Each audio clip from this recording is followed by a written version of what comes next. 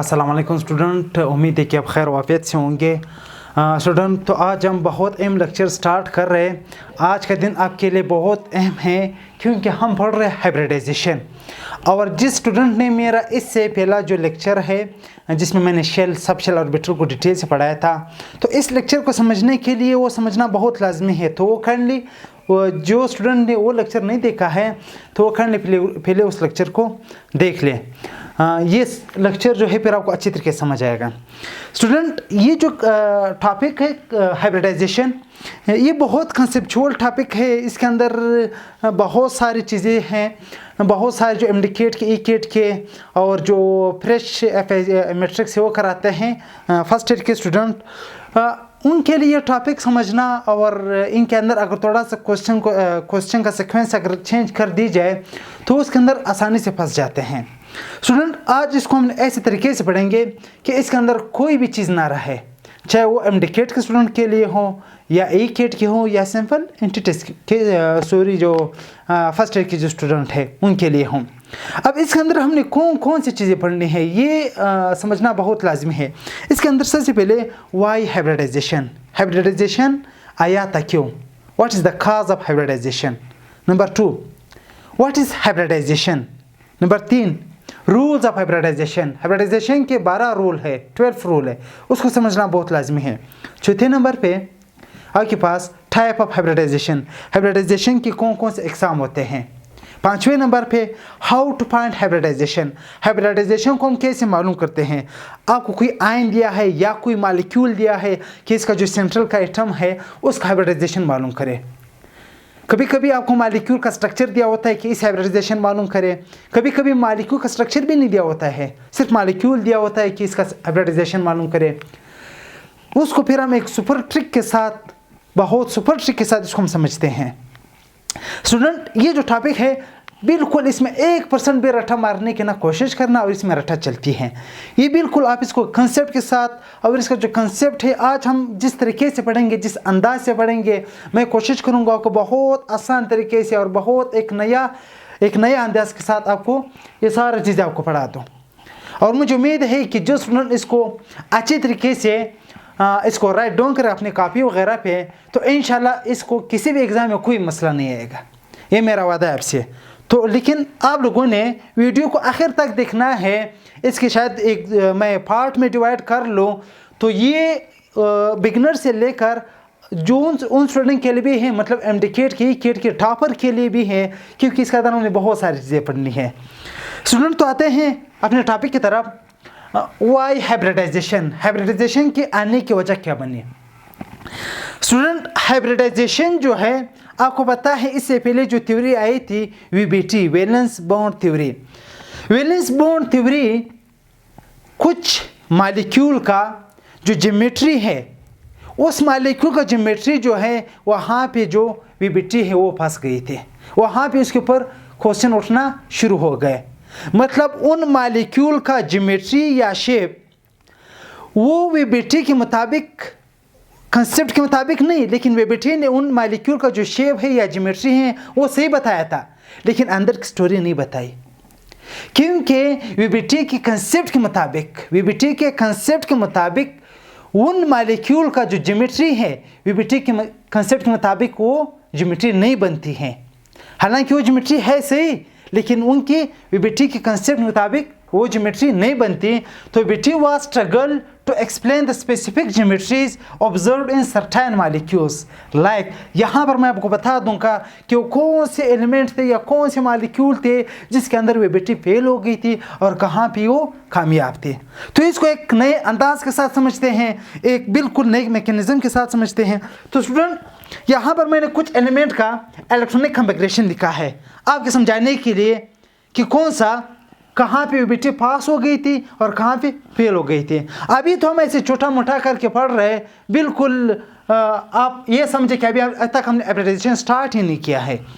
Student, आपको पता है ये हाइड्रोजन है, हाइड्रोजन का एटॉमिक नंबर क्या है, 1 है। तो इसके पास एक ही इलेक्ट्रॉन्स मौजूद हैं, इसके 1s ऑर्बिटल में एक ही इलेक्ट्रॉन्स मौजूद हैं। यहाँ पर फिर मैं आपके लिए लिखूँगा। तो वीबीटी ने क्या कहा था, आखिरी शेल के अंदर, लास्ट शेल के अंदर जितने अनपेयर्ड ऑफ इलेक्ट्रॉन्स होंगे उतना हो एलिमेंट जो है बॉन्ड बना सकते हैं। अब यहाँ पे हाइड्रोजन के लास्ट शेल में एक इलेक्ट्रॉन्स मौजूद है तो ये एक ही बॉन्ड बना सकता है, जैसे कि इसने क्लोरीन के साथ बनाया है या फ्लोरीन के साथ बनाया है। बिल्कुल यहाँ पे वीबीटी के पास बिल्कुल क्लियर है, मतलब ये जो आपके पास वीबीटी है ये यहाँ पे पास है। उसके बाद हीलियम, हीलियम का एटॉमिक नंबर 2 है, मतलब इसके 1s ऑर्बिटल में 2 इलेक्ट्रॉन्स आते हैं। 1s ऑर्बिटल में इसके 2 इलेक्ट्रॉन्स आते हैं। अब वीबीटी के मुताबिक आखिरी शेल के अंदर एक भी अनपेयर्ड इलेक्ट्रॉन्स नहीं है, तो इस हीलियम को एक भी बॉन्ड नहीं बनाना चाहिए।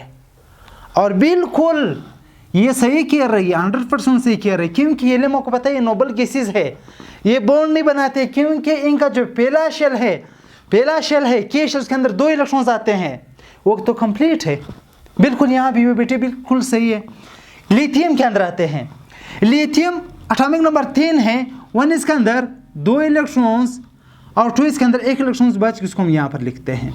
और दूसरी बात, ये जो 1s है इसे मैंने 2s को थोड़ा ऊपर की तरफ लिखा है क्योंकि 2s की जो एनर्जी है वो 1s से ज़्यादा है। इस वजह से पहले हम यहाँ पर इलेक्ट्रॉन्स की फिलिंग करते हैं, फिर जब इलेक्ट्रॉन 2 से बढ़ जाए फिर हम इस तरफ आते हैं। तो मतलब, और दूसरी बात, ये जो आपके पास अब ये जो है वैलेंस शेल है, हम सिर्फ वैलेंस शेल के इलेक्ट्रॉन्स लिखते हैं क्योंकि बॉन्ड परमिशन वही हिस्सा लेते हैं। तो यहाँ पे 2s के अंदर कितने इलेक्ट्रॉन्स मौजूद है? 1 इलेक्ट्रॉन्स मौजूद है। अब यहाँ पर देख ले, वीबीटी के मुताबिक लिथियम को सिर्फ और सिर्फ एक बॉन्ड बनाना चाहिए क्योंकि आखिरी शेल के अंदर 1 इलेक्ट्रॉन्स मौजूद है। तो बना रहे लिथियम बिल्कुल फ्लोरीन के साथ एक बॉन्ड बना रहे, क्लोरीन के साथ सिर्फ और सिर्फ एक ही बॉन्ड बना रहे। तो यहाँ पर फिर आपके पास जो वीबीटी है वो पास हो गई। बेरिलियम, बेरिलियम का एटॉमिक नंबर 4 है, पहले शेल के अंदर 2 इलेक्ट्रॉन्स, दूसरे ऑर्बिटल के अंदर 2s के अंदर भी 2 इलेक्ट्रॉन्स। अब यहाँ भी सिर्फ हम 2s के जो इलेक्ट्रॉन्स वो लिखेंगे क्योंकि वैलेंस शेल कौन सा है? 2s है सिर्फ। अब यहाँ पर देख ले, ये जो 2s है इसको मैंने से थोड़ा ऊपर की तरफ लिखा है क्योंकि इसकी एनर्जी ज़्यादा है। तो यहाँ पे 2s के इलेक्ट्रॉन्स आ गए। ये जो है ये आपके पास 2p, क्या चीज़? 2p, यहाँ पे मतलब 2p के इलेक्ट्रॉन्स आएंगे। अब आपको नज़र आ रहा होगा 2p जो है वो मैंने 2s से इसके मुकाबले में थोड़ा ऊपर की तरफ लिखा है आपको समझाने के लिए क्योंकि 2p की एनर्जी ज़्यादा है किसके मुकाबले में? 2s के मुकाबले में। इसी तरह अब यहाँ पर देख ले, वीबीटी के मुताबिक वैलेंस शेल के मुताबिक यहाँ पे वैलेंस शेल के अंदर एक भी अनपेयर्ड इलेक्ट्रॉन्स नहीं है। तो बेरिलियम को एक भी बॉन्ड नहीं बनाना चाहिए, किसकी तरह? हीलियम की तरह, क्योंकि इसके वैलेंस शेल में तो एक भी इलेक्ट्रॉन्स अनपेयर्ड इलेक्ट्रॉन्स मौजूद नहीं है। लेकिन आपके पास बेरिलियम बना रहे 2 बॉन्ड, क्लोरीन के साथ 2 बॉन्ड बनाए इसने, फ्लोरीन के साथ इसने 2 बॉन्ड बनाए। How it's possible? तो यहाँ पे वीबीटी के बुरे दिन स्टार्ट हो गए। अब वीबीटी यहाँ पे फेल हो गई थी। वीबीटी के पास इसका जवाब नहीं था कि भाई आखिरी शेल के अंदर कोई अनपेयर्ड इलेक्ट्रॉन्स नहीं है, लेकिन बना रहे 2 बॉन्ड बेरिलियम, यहाँ पे क्लोरीन के साथ 2 बॉन्ड बना रहे और यहाँ पे फ्लोरीन के साथ बना रहे। तो यहाँ भी वीबीटी फेल हो गई थी। फिर इसका जवाब कौन देगा? हाइब्रिडाइजेशन देगा। अब यहाँ पर देख ले, बोरोन 1s के अंदर 2 इलेक्ट्रॉन्स, एटॉमिक नंबर 5 है, 2s के अंदर 2 इलेक्ट्रॉन्स और यहाँ पे 1 इलेक्ट्रॉन्स 2p के अंदर।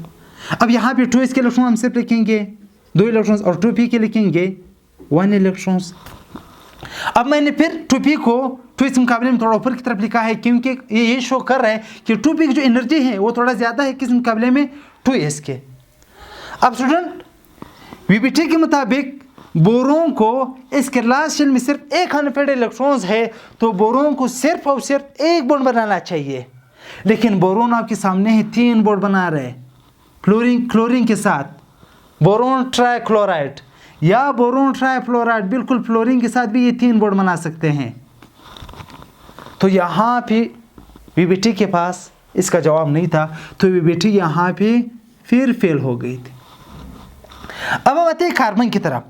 कार्बन का एटॉमिक नंबर 6 है, तो पहले शेल के अंदर 2 इलेक्ट्रॉन्स, दूसरे और 2s के अंदर 2 इलेक्ट्रॉन्स और 2 यहाँ पे 2s के इलेक्ट्रॉन्स ये जो 1s के इसके इलेक्ट्रॉन्स आप नहीं लिखेंगे भाई, क्योंकि वैलेंस शेल के पास ये है, ये आपके पास वैलेंस शेल है, ये आपके पास वैलेंस शेल है, ये आपके पास वैलेंस शेल है। यहाँ पर ये जो है 1s ये पहला शेल पे है और आखिरी शेल भी है। ये जो आपके पास हीलियम 1s ये पहला शेल भी है और आखिरी शेल भी है, इसमें कंफ्यूज नहीं होना। तो यहाँ पे कार्बन, यहाँ पे 2p के अंदर 2 इलेक्ट्रॉन्स। अब वीबीटी के मुताबिक कार्बन को सिर्फ और सिर्फ 2 बॉन्ड बनाने चाहिए, लेकिन कार्बन कितना बॉन्ड बना रहा है? कार्बन 4 बॉन्ड बना रहा है, CH4, कार्बन टेट्राक्लोराइड CH4। मतलब आपके पास जो कार्बन है वो 4 इक्वल बॉन्ड बना रहे हैं, 4, एक ये है, बिल्कुल आपके पास कार्बन 4 बॉन्ड बना रहे हैं हाइड्रोजन के साथ। तो यहाँ पर फिर जो आपके पास जो वीबीटी है वो फेल हो गई थी। उसके बाद नाइट्रोजन की तरफ आते हैं। नाइट्रोजन का एटॉमिक नंबर 7 है। पहले शेल के अंदर 2 इलेक्ट्रॉन्स, दूसरे के अंदर, दूसरे ऑर्बिटल के अंदर 2s में 2 इलेक्ट्रॉन्स, 3 इलेक्ट्रॉन्स बच गए, वो यहाँ पर आते हैं। अब यहाँ पर देख ले, 2s के अंदर तो 2 इलेक्ट्रॉन्स आ गए, जो 3 इलेक्ट्रॉन्स हैं यहाँ पे लिख दे, ये है, ये है। अब वीबीटी के मुताबिक आखिरी शेल के अंदर जो अनपेयर्ड इलेक्ट्रॉन्स है सिर्फ और सिर्फ 3 अनपेयर्ड इलेक्ट्रॉन्स है। तो आपके पास नाइट्रोजन को सिर्फ और सिर्फ 3 बॉन्ड बनाने चाहिए। बिल्कुल नाइट्रोजन यहाँ पे बनाए भी कितने बॉन्ड है? 3 बॉन्ड है, 3 बॉन्ड। तो यहाँ भी वीबीटी बिल्कुल आपके पास क्लियर थी, वीबीटी नाइट्रोजन के केस में बिल्कुल सही कह रही थी। अब उसके बाद ऑक्सीजन एटॉमिक नंबर उसका 8 है। तो 1s के अंदर 2 इलेक्ट्रॉन्स, 2s के अंदर 2 इलेक्ट्रॉन्स, बाकी कितने बच गए? 4 इलेक्ट्रॉन्स ये हो गए, 4 बच गए, 4 यहाँ पे आते हैं। तो 2s का इलेक्ट्रॉन्स यहाँ पे हम लिखते हैं, 2 इलेक्ट्रॉन सही है। 2p के अंदर फिर इसको 4 इलेक्ट्रॉन इसके अंदर रहते हैं, 1 2 3, 1 इलेक्ट्रॉन बच गया। अब हम पेयरिंग स्टार्ट करेंगे 4। अब वीबीटी के मुताबिक लास्ट शेल के अंदर सिर्फ 2 अनपेयर्ड इलेक्ट्रॉन्स है। तो ऑक्सीजन को सिर्फ और सिर्फ 2 बॉन्ड बनाने चाहिए, ऑक्सीजन को सिर्फ और सिर्फ 2 बॉन्ड बनाने चाहिए। तो बिल्कुल वीबीटी से कह रही थी, यहाँ भी सिर्फ और सिर्फ ऑक्सीजन ने 2 बॉन्ड, 2 हाइड्रोजन के साथ बॉन्ड बनाया। तो यहाँ भी वीबीटी फिर बिल्कुल क्लियर थी। अब आखिर के पास नियोन है। नियोन का एटॉमिक नंबर 10 है। मतलब पहले शेल के अंदर 2 इलेक्ट्रॉन्स, दूसरे के अंदर 2 इलेक्ट्रॉन्स, कितने बच गए? 6 इलेक्ट्रॉन्स बच गए, 6 यहाँ पे आ गए। अब इसको हम अगर हम 2s के इलेक्ट्रॉन्स यहाँ पर लिख दे, 2 इलेक्ट्रॉन्स, 2p के अंदर 6 इलेक्ट्रॉन्स, 1 2 3। अब हम पेयरिंग स्टार्ट करेंगे, 4 5 6। तो नियोन के केस में वीबीटी के मुताबिक आखिरी शेल के अंदर एक भी अनपेयर्ड इलेक्ट्रॉन्स नहीं है। तो नियोन को एक भी बॉन्ड नहीं बनाना चाहिए, बिल्कुल नियोन को एक भी बॉन्ड नहीं बनाना चाहिए। और नियोन एक नोबल गैस है, इसका जो वो इलेक्ट्रॉनिक कॉन्फ़िगरेशन है, इसका आउटर मोस्ट कंप्लीट है और ये बॉन्ड बनाता भी नहीं है। बिल्कुल इस केस में भी आपके पास जो वीबीटी थी वो सही कह रही थी। तो आपको अगर नज़र आ रहा होगा तो ये जो मॉलिक्यूल है बेरिलियम के केस में, अब मैं इसको यहाँ पर लिखूँगा लाइक कौन सा, BeCl2 के केस में फेल हो गई थी। CH4 मीथेन के केस में CH4, आपके पास बोरोन ट्राइफ्लोराइड या ट्राइक्लोराइड इस केस के अंदर। तो ये जो मॉलिक्यूल है, इन मॉलिक्यूल के अंदर ये जो मॉलिक्यूल इनका ज्योमेट्री तो वीबीटी ने सही बताया था, लेकिन अंदर की स्टोरी नहीं बताया था। अब ये अभी तक हमारा जो काज ऑफ हाइब्रिडाइजेशन है वो अभी तक पूरा नहीं हुआ है। अब थोड़ा सा और इंतज़ार कर लें स्टूडेंट। चलो मानते हैं कि भाई कोई कहता है कि आपके पास हम सिर्फ इस केस में आते हैं बेरिलियम, जहाँ से ये फेल हुई थी, कि भाई ऐसे करते हैं कि आपके पास ये जो 2s हैं, यहाँ पे 2s के अंदर 2 इलेक्ट्रॉन्स मौजूद है, इनमें से इनको थोड़ा 1 इलेक्ट्रॉन को एनर्जी दे दो, मतलब इसको एक्साइट कर दो। तो इनमें से 2 इलेक्ट्रॉन्स में से 1 इलेक्ट्रॉन आएगा यहाँ पे बेरिलियम। तो मतलब अब वो कह रहे अच्छा भाई ये तो सही हुआ, आखिरी शेल के अंदर तो 2 अनपेयर्ड इलेक्ट्रॉन्स हो गए और बेरिलियम बनाता भी 2 बॉन्ड है, ये तो हमने हाइब्रिडाइजेशन से तो हमारी जान छूट गई। लेकिन यहाँ पर फिर ये फंस गई थे। स्टूडेंट यहाँ पर देख ले, अनपेयर्ड इलेक्ट्रॉन्स ये 2s में मौजूद है, यहाँ पे 2p के अंदर मौजूद है। तो ये जो बॉन्ड है अगर आपके लिए आपके पास बेरिलियम, ये क्लोरीन ये हुआ, एक क्लोरीन ये हुआ, तो ये जो बेरिलियम है ये जो दो क्लोरीन के साथ बॉन्ड बना रहे हैं, ये बॉन्ड हो ये बॉन्ड, ये दोनों इनकी जो बॉन्ड लेंथ है या जो बॉन्ड एनर्जी है वो सेम है। लेकिन यहाँ पर देख ले, फिर इसने बॉन्ड बनाने के लिए एक 2s का इलेक्ट्रॉन इस्तेमाल किया है और एक 2p का इलेक्ट्रॉन इस्तेमाल किया है। 2p का एनर्जी ज़्यादा है, 2s का एनर्जी कम है। तो यहाँ पे जो दो बॉन्ड बेरिलियम ने बनाए हैं, ये बॉन्ड जो है इक्वल नहीं होना चाहिए। या तो इनमें से किसी बॉन्ड का बॉन्ड लेंथ कम होना चाहिए या ज़्यादा होना चाहिए, दो बॉन्ड एक जैसा नहीं होना चाहिए। तो यहाँ पे इसका जवाब वीबीटी के पास नहीं था। यह हमें वह हाइब्रिडाइजेशन बताएगा, आप सिर्फ सुन लो। उसके बाद तो बोरोन की केस में स्टूडेंट, बोरोन जिसमें वीबीटी फेल हो गई थी, अब अगर हम 2s के अंदर जो दो इलेक्ट्रॉन इसको थोड़ा एनर्जी देते हैं, इन दो इसमें से एक इलेक्ट्रॉन जो एक्साइट हो जाता है उसकी एनर्जी बढ़ जाती है, किसकी तरफ? आपके पास आता है 2p की तरफ, जिसकी एनर्जी जो है वो 2s से ज़्यादा है। अब यहाँ पे अनपेयर्ड ऑफ इलेक्ट्रॉन्स कितने हो गए? यहाँ पे ये जंप कर गया किसकी तरफ? 2p की तरफ। तो यहाँ पे अब अनपेयर्ड ऑफ इलेक्ट्रॉन 3 हो गए, 1 2 3। अब बोरोन जो है वो आगे 3 बॉन्ड बनाने के लिए, अब बोरोन ने 3 क्लोरीन के साथ बॉन्ड बनाए या 3 फ्लोरीन के साथ बॉन्ड बनाए, तो ये जो बॉन्ड है बोरोन 1s जो है एक बॉन्ड बनाने के लिए 2s का इलेक्ट्रॉन इस्तेमाल कर रहा है, बाकी जो दो बॉन्ड बनाने के लिए 2p का इस्तेमाल कर रहा है। तो 2s का जो एनर्जी है वो कम है किस मुकाबले में? 2p के मुकाबले में। तो ये जो बोरोन जो 3 बॉन्ड बना रहे हैं, ये जो यहाँ पर आपके लिए मैं, ये जो आपके पास बोरोन क्लोरीन के साथ जो 3 बॉन्ड बना रहे हैं, ये बिल्कुल इक्वल है, ये बिल्कुल क्या है? इक्वल है। तो ये जो 3 बॉन्ड है बोरोन का क्लोरीन के साथ, ये बिल्कुल ये जो बॉन्ड ये सेम नहीं होना चाहिए। इनकी जो बॉन्ड लेंथ हो या बॉन्ड एनर्जी हो वो क्या हो? डिफरेंट होना चाहिए। एक डिफरेंट होना चाहिए, दो जो है वो सेम होना चाहिए। लेकिन ये आपके पास ये जो बोरोन है ये 3 क्लोरीन के साथ या 3 फ्लोरीन के साथ ये जो बॉन्ड लेंथ होंगे, बॉन्ड एनर्जी होंगे, ये तीनों के तीनों इक्वल होते हैं। तो यहाँ पर फिर वीबीटी के पास बिल्कुल इस चीज़ का जवाब नहीं था। उसने ज्योमेट्री तो सही बताई लेकिन ये नहीं बताया था कि हालांकि आपके पास जो एक इलेक्ट्रॉन 2s से आ रहा है, दो 2p से आ रहे हैं, बॉन्ड कैसे इक्वल हो रहे हैं? तो बॉन्ड इक्वल, जो बॉन्ड है वो इक्वल नहीं आना चाहिए। उसके बाद कार्बन, अगर कार्बन के दो इसमें जो इलेक्ट्रॉन्स मौजूद है, इसको हम थोड़ा एनर्जी देते, इसको एक्साइट कर देते, ये क्या करता है? जंप करता है यहाँ पे 2p के अंदर, मतलब यहाँ पर आता है। अब यहाँ पे 4 अनपेयर्ड इलेक्ट्रॉन्स हो गए, यहाँ पे कार्बन बना रहे भी 4 बॉन्ड्स, लेकिन यहाँ पे कार्बन जो है एक आपके पास एक बॉन्ड बनाने के लिए उसे 2s का इलेक्ट्रॉन इस्तेमाल होना चाहिए और 3 बॉन्ड बनाने के लिए उसको 2p का इलेक्ट्रॉन वो इस्तेमाल कर रहे। तो यहाँ पे जो 4 के बॉन्ड है कार्बन के साथ जो बना रहे दूसरे हाइड्रोजन या कोई भी एटम हो, तो ये जो 4 बॉन्ड है उनमें से 3 सेम होना चाहिए और एक डिफरेंट होना चाहिए। जैसे कि आपके पास कार्बन है, हाइड्रोजन के साथ ये 4 बॉन्ड बना रही है, कितने? 4 बॉन्ड। अब ये जो 4 के 4 इसको इक्वल नहीं होना चाहिए, इनमें से 3 को इक्वल होना चाहिए। जो एक बॉन्ड है जो 2s की वजह से वो डिफरेंट होना चाहिए।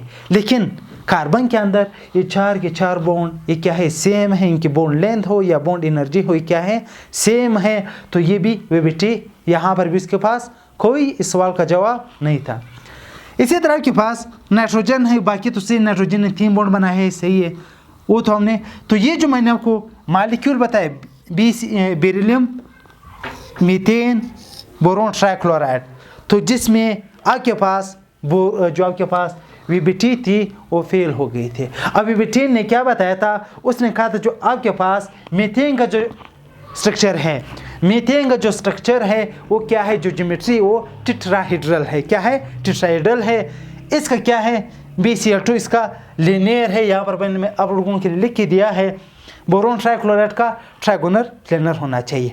ज्योमेट्री उसने सही बताई थी, लेकिन अंदर का ये जो सेम बॉन्ड, सेम लेंथ का, सेम एनर्जी का, ये कैसे सब के सब बन रहे हैं।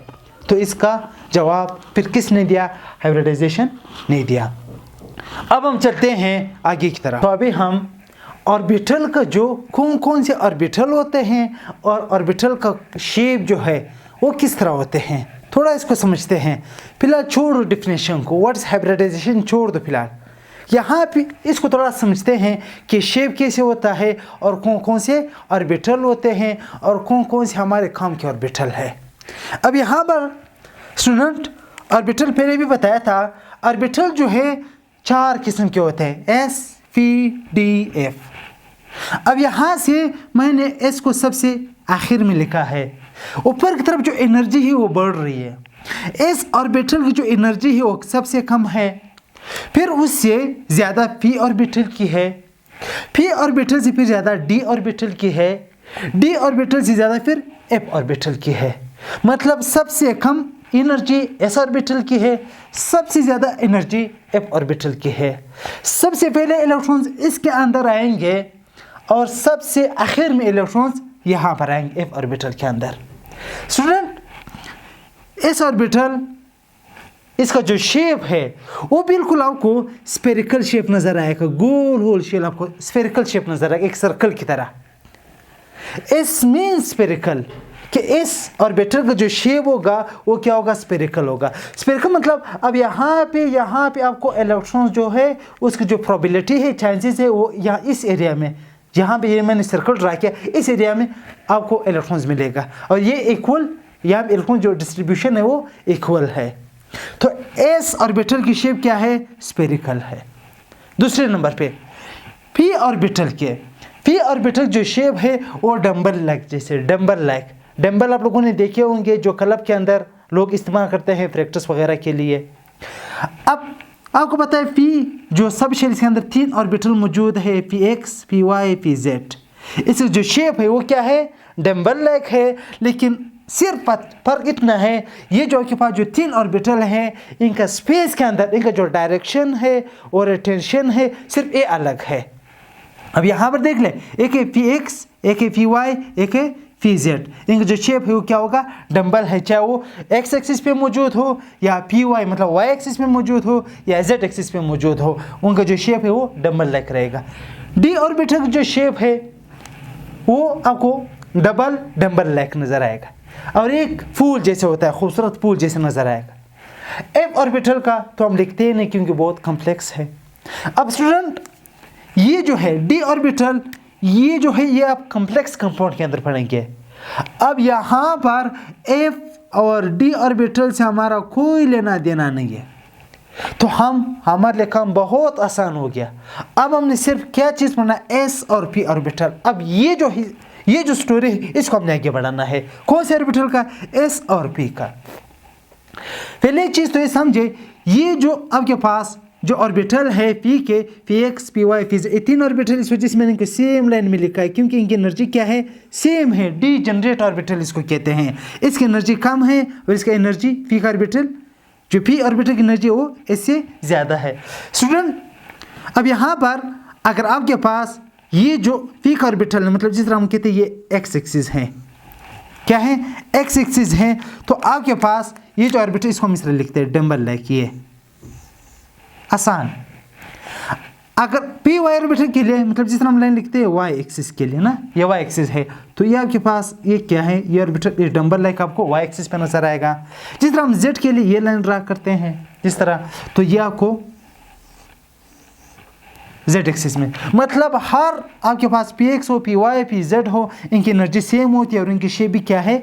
सेम है। सिर्फ फर्क कितना है कि ये जो आपके पास स्पेस है, जो स्पेस के अंदर उनकी जो रोटेशन है या डायरेक्शन में फ़र्क है। इसको पी एक्स कहते हैं, इसको पी वाई और इसको पी जेड कहते हैं। फिर अगर आपने इन तीनों को एक जगह पे लिखना है, जैसे मतलब ये तो सारे पी के ऑर्बिटल है, अगर आपने इसको एक जगह पर लिखना है तो आप इसको भी लिख सकते हैं आसानी के साथ। ये एक्स एक्सिस है, ये वाई एक्सिस है, ये जेड एक्सिस है। आप क्या समझाने के लिए मैं इजी करके लिख रहा हूँ, बात समझ आ रही? तो आपको पता है एक्स एक्सिस पे ये डंबल लाइक शेप हो गया, वाई एक्सिस पे ये हुआ, जेड एक्सिस पे ये आपके पास हो गया। आसान। अगर आपने P X, P Y, P Z को एक जगह पे लिखना है वो इस तरह, मतलब इनका सिर्फ क्या है, स्पेस के अंदर जो ओरिएंटेशन है या जो डायरेक्शन है वो डिफरेंट है। अब स्टूडेंट ये कहानी तो ख़त्म हो गई कि ऑर्बिटल की शेप कैसे होते हैं। अब हम आगे बढ़ रहे हैं स्टूडेंट।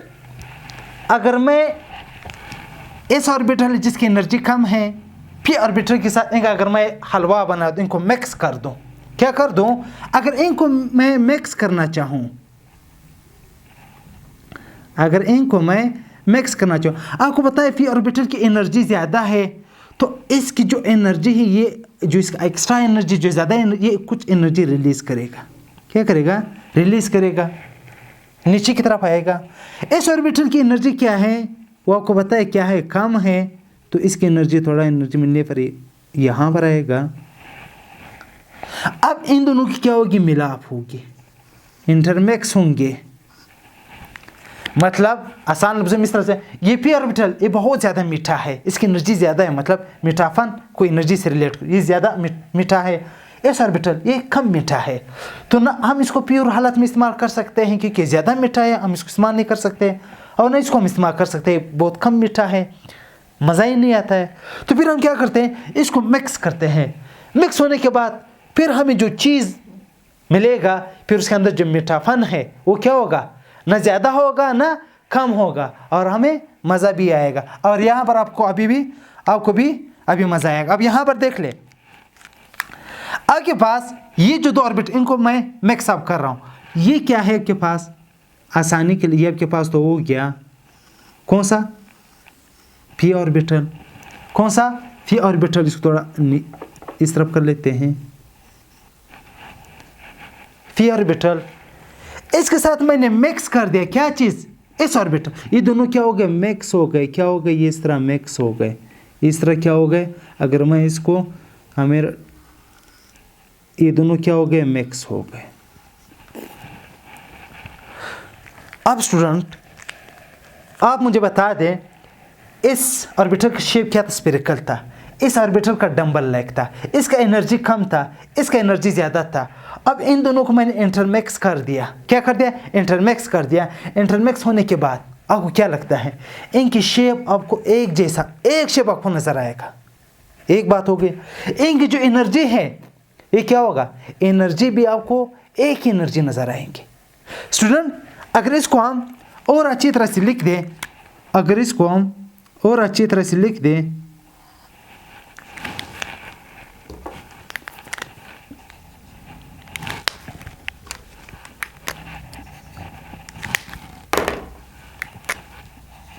सुनिए यहाँ पर देख लें, ये जो आपके पास एस ऑर्बिटल ईपी ऑर्बिटल के साथ बिल्कुल मिक्स अप हो गया। क्या हो गया, मिक्स अप हो गया। तो इसको हम इस तरह भी लिखते हैं, इसका जो सही डायग्राम है इसको हम इस तरह भी लिखते हैं, एक बड़ा लोब आपको नजर आएगा, एक छोटा लोब आपको नजर आएगा। ये जो आपके पास है क्या है, एक स्मॉल लोब है। क्या है, स्मॉल लोब है। ये क्या है, लार्ज लोब।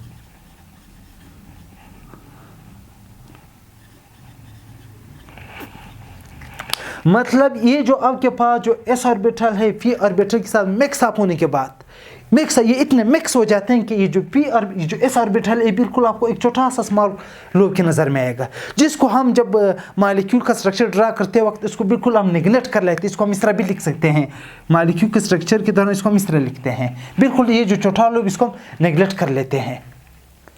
तो ये आपके पास मिक्स अप होने के बाद ये जो आपके पास जो ऑर्बिटल बना है, ये ऑर्बिटल आपके पास जो नया ऑर्बिटल बना, ये जो नया ऑर्बिटल बना, दो ऑर्बिटल के मिक्स अप होने के बाद जो इस ऑर्बिटल की जो एनर्जी है, ये ऑर्बिटल हो या ये ऑर्बिटल हो, इस जो एनर्जी है वो क्या है, सेम है। क्या है, सेम एनर्जी रखते हैं। इन जो शेप है सेम शेप, मतलब अब देखिए दो ऑर्बिटल मिक्सअप हो गए, एक ऑर्बिटल ये है, एक ये है। अब यहाँ पर आपको जो ऑर्बिटल नजर आएंगे वो भी दो नजर आएंगे, वो भी आपको कितने नजर आएंगे, दो नजर। मतलब इस तरह एक ये है, एक साथ एक और बनेगा इसके साथ इस तरह दो, क्योंकि दो ऑर्बिटल मिक्सअप हो गए तो दो ही ऑर्बिटल बनेंगे। ये मैंने आपको रूल में पढ़ाना है। अब यहाँ पर इसको अगर हम और इसी तरह से लिख दें, एक ये है और एक ये है। अब ये जो दो ऑर्बिटल है इनकी एनर्जी भी सेम है और इनकी जो शेप है वो भी क्या है, शेप भी सेम है, एनर्जी भी सेम है।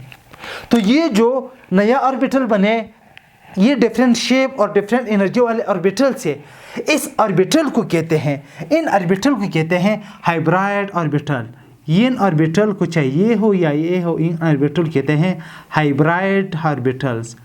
हाइब्रिड ऑर्बिटल, हाइब्रिड ऑर्बिटल एक नया ऑर्बिटल है जो दो डिफरेंट ऑर्बिटल से मिलकर बना है, जिनकी डिफरेंट शेप है, डिफरेंट एनर्जी है, और इस नया ऑर्बिटल क्या कहते हैं, हाइब्रिड ऑर्बिटल कहते हैं। अब डिफिनेशन व्हाट्स हाइब्रिडाइजेशन, ये अभी आप मुझे बता दो। कि अब यहाँ पर मैंने चीज़ें बताई, तो अब आप मुझे डिफिनेशन बता दें कि हाइब्रिडाइजेशन क्या है। स्टूडेंट, व्हेन एटॉमिक ऑर्बिटल, जब एटॉमिक ऑर्बिटल जैसे कि एस और पी, अब डिफरेंट शेप एंड एनर्जी, जिनकी डिफरेंट क्या है, शेप है, स्फेरिकल शेप है, इसका क्या है, डंबल लाइक शेप है। एनर्जी, इसका एनर्जी कम है, इसका एनर्जी ज़्यादा है। तो जब ये दोनों मिक्स अप होते हैं, इंटरमिक्स होते हैं, तो इनसे क्या मतलब है, intermix together to form new orbital, इनसे एक नया ऑर्बिटल बनता है which have same shape and energy. उनसे एक नया ऑर्बिटल बनते हैं, ये आपके पास ये ऑर्बिटल, ये ऑर्बिटल, जिनकी क्या है, सेम एनर्जी है, सेम शेप है। और ऐसे ऑर्बिटल को क्या कहते हैं, ऐसे ऑर्बिटल कहते हैं हाइब्रिड ऑर्बिटल्स। ऐसे ऑर्बिटल क्या कहते हैं, हाइब्रिड ऑर्बिटल। और इस फिनोमेना को जहाँ पे हम पढ़ते हैं, उस फिनोमेना को कहते हैं हाइब्रिडाइजेशन।